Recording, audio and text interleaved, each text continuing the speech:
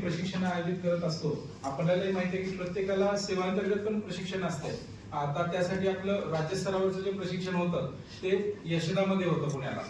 तिथं क्लास 2 आणि क्लास 1 ला संधी मिळते. काही वेळेला मग अगदी सरपंच ग्रामपंचायतच्या अधिकाऱ्यांपर्यंत सुद्धा होतात ट्रेनिंग तिथं. इव्हन सोसायटीचे वेगवेगळे सचिवांना इथं बोलवलं जातं. म्हणजे हल्ली यशदाने आपलं कार्यक्षेत्र खूप वाढवलंय. त्यानंतर त्यांनी विभागीय केंद्र पण केलेले आहे. जसं सांगलीला एका ठिकाणी आहे, आपल्या इथं रामेती कर्जत जवळ आहे, शहापूर जवळ एक फॉरेस्टचं प्रशिक्षण केंद्र आहे, विभागांची पण आहे आणि जीएडी कडून सगळ्या विभागांसाठी एकत्रित अशी विभागीय केंद्र पण केलेली आहेत. पण इथंही मर्यादा येतात. ज्या फॅकल्टीज असतात निवडलेल्या त्याही बऱ्याच वेळा असं होतं की आता पुण्यात जर केंद्र असेल तर ज्याला पुण्यात राहायचंय तो त्या फॅकल्टी म्हणून तिथं जातो प्रशिक्षणाला.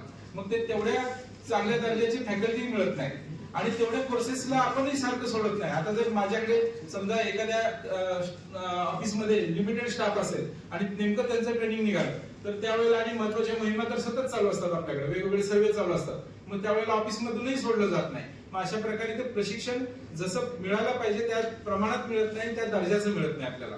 म्हणून केंद्र शासनानं म्हणजे क्षमता विकास आयोग आणि कर्मयोगी भारत म्हणजे डीओपीटी जे केंद्राचं आस्थापना विभाग आहे त्यांनी असं ठरवलं की हे ऑनलाईन कोर्सेस उपलब्ध करून दिले. कारण टेक्नॉलॉजी एवढी पुढे गेलेली आहे, घरी बसून आपण मोबाईलवर किंवा पीसीवर सगळ्या या गोष्टी लॅपटॉप घेऊनही करू शकतो. मग हे चांगले कोर्सेस जर ऑनलाईन त्याला जागेवर उपलब्ध करून दिले तर आणखी चांगलं होईल, कारण तेवढ्या फॅकल्टीज आणि या गोष्टी नाहीत आपल्याकडे.